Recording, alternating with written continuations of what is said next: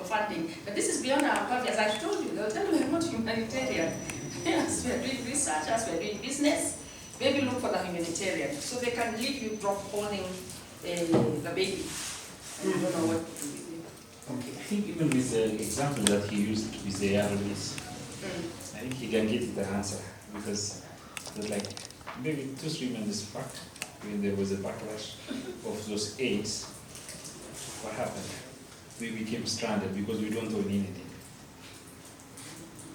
That's for all countries, not only just one thing. We became stranded because we don't own the patents, we don't produce the medicines here, we don't even fund it.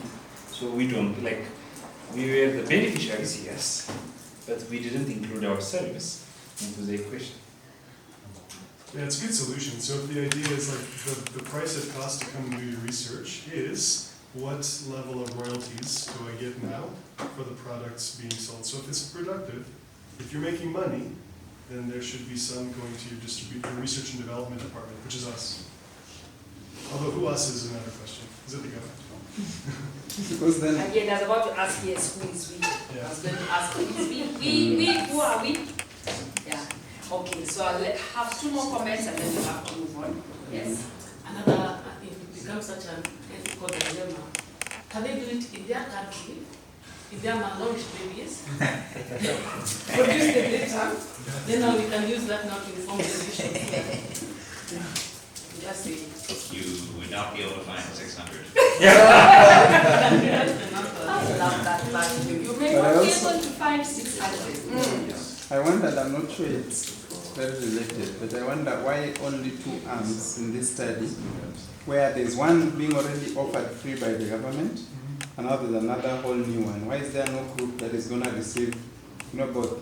Still you do the comparison. Because if one is already free and you can't guarantee sustainability for the new one, then why not show that this is like additional, like an adjunct to what was already there, other than having 2 extreme groups with all those troubles that we've already listed.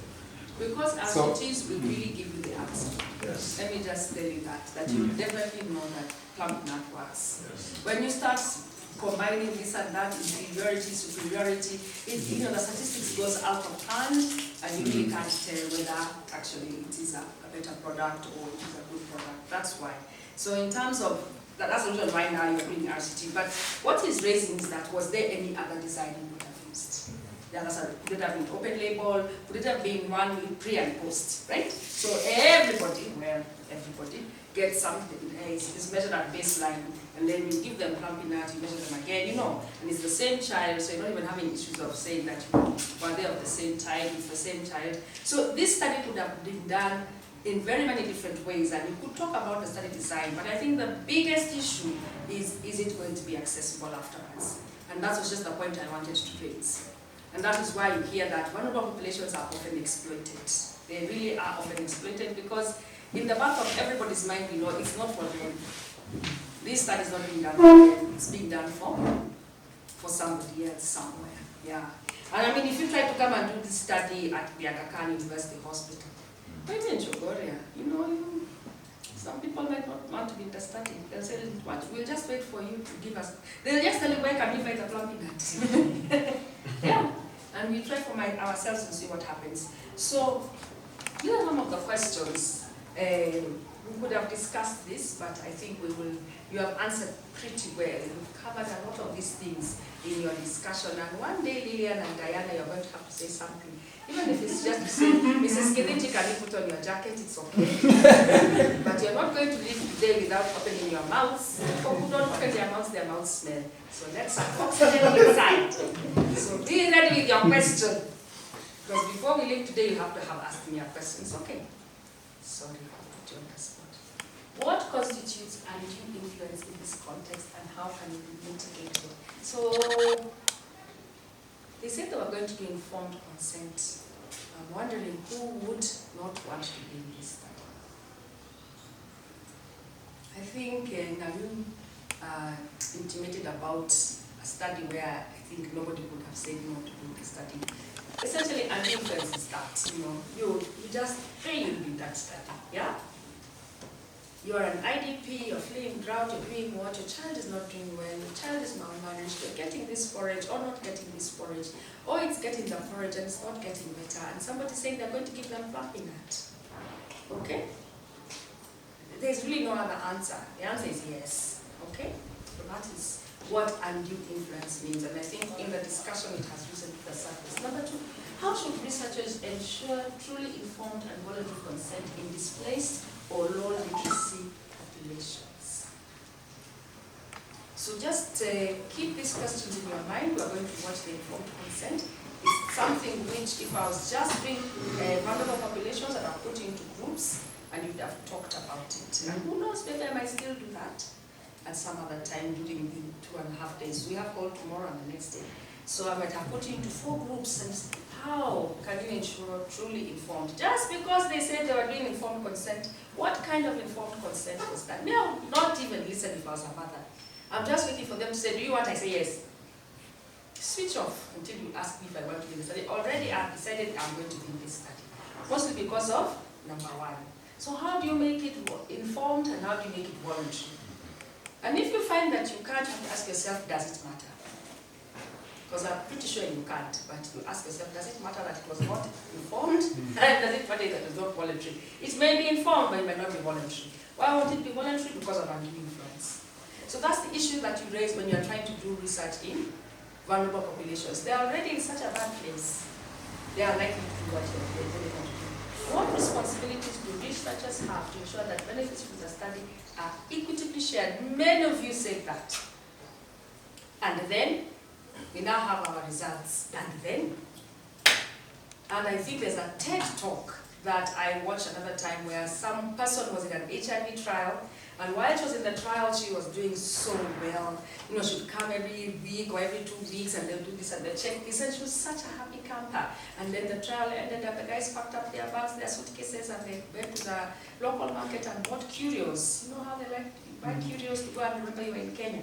They bought the curios and they went away, and she just went downhill and she almost died. There was no more support. So that should answer your question. I'm forgetting your name. You're the vice chair, Emmanuel. Yeah? So you said 6 months is better than nothing. Yes. You cannot say it. No. 6 months is better than nothing if it's life-saving. Or if it's life-saving. And then, unfortunately, sometimes saving the woman is It's not possible. not possible. How can community engagement be meaningfully integrated into research involving vulnerable populations? So as I said, these are, let me say it in Jaluo, madwong questions. It's not a question that you're just going to say. It's a big ugali. It will take you about 4 hours to eat it. So we shall not tackle them. But these are some of the questions that I'm hearing your answers popping up like popcorn, but you are trying to answer some of these questions when you are responding to the case study. So well done. So that is vulnerable. That is being vulnerable. Look this plant. If it grows, the rain came a little, it shooted, but now the rain has gone. Plumping nut has gone. You know what? Yes. I have a problem, just a difficulty sort of with Yes. the concept of undue influence, Yes. especially where it regards vulnerability Yes. or vulnerable populations. Because we are saying you presented what is supposed to be a solution to a Yes. big problem that is bothering everyone, Yes. and it's likely to be, to create a big change, just like what we are talking about. Yes. And you definitely have to study it in this population that is affected, because that's like what you are looking to.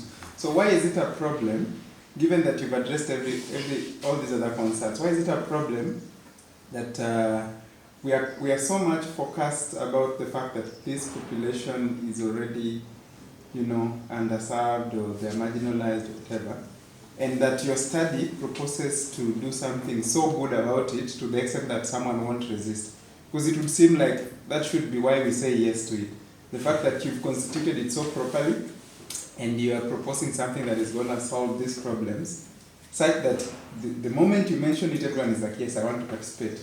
Like, I hear you mentioning that in that case we should, sort of, have some hesitance where everyone is going to, it's not true informed consent. They're just happy to participate because it has so much promise. And why is that a problem as opposed to it being, something that should actually have us giving a thumbs up? That's a very good question. Does anybody want to respond to it? I, of course, have my version. I'm sure My everybody question has. will be, Mhm. why is he thinking like even the need for the study was to check for the effectiveness? So why are we promising that it is effective? That's an it's like It's almost a parable, what he has said. But it's true. We don't know, do we? At the point that you're doing the study. That's one question. You don't know if it's going to be effective. The second thing is, that is why we are talking about post-trial access. That is your role as the ethics committee. Because they will jump at it. There is undue influence. But let's just suppose, for argument's sake, you did get post-trial access, right? You did get somebody who was willing to provide plumbing that. So that's your job. So that you're not having somebody being happy for 6 months and then going back to, now they're not even going back to zero, they're going below zero. Because before, their body had gotten used to porridge. But now, their body is gotten used to plum nut. And now, there's no plum nut, now even porridge will not work. So that's your job. So you would ask that question, and then Lynn would say something else, and then Eli would say something else, and then maybe you would insist about some kind of person trying to come and make it go for a bit longer, or you change the study design, so that in the end, what was perceived as a benefit, which was not really a benefit if you look at it, can actually become a benefit. Because if it worked, it would have been fantastic, but fantastic for whom? I don't think that the people in IDPs are the only people who are malnourished. Kilifi has a huge problem with malnourishment, isn't it? Malnourishment is a problem all over, as you had said, and the vice chair had said. So why then didn't you take it somewhere else where somebody might be able actually to, after you leave, afford the plumbing nut more than these IDPs? I hope he doesn't look convinced. Can somebody say what I'm saying in a different way, if you agree with me? The one other thing I'll add, not saying the same, is that they're not in a position to be able to negotiate for themselves. Yeah, okay. So the idea of, you're going to give them something, anything, but if you were to find 600 children in another context, they might say, oh, well, I want these other things, I want these considerations, I want X, Y, Z, but this population, they'll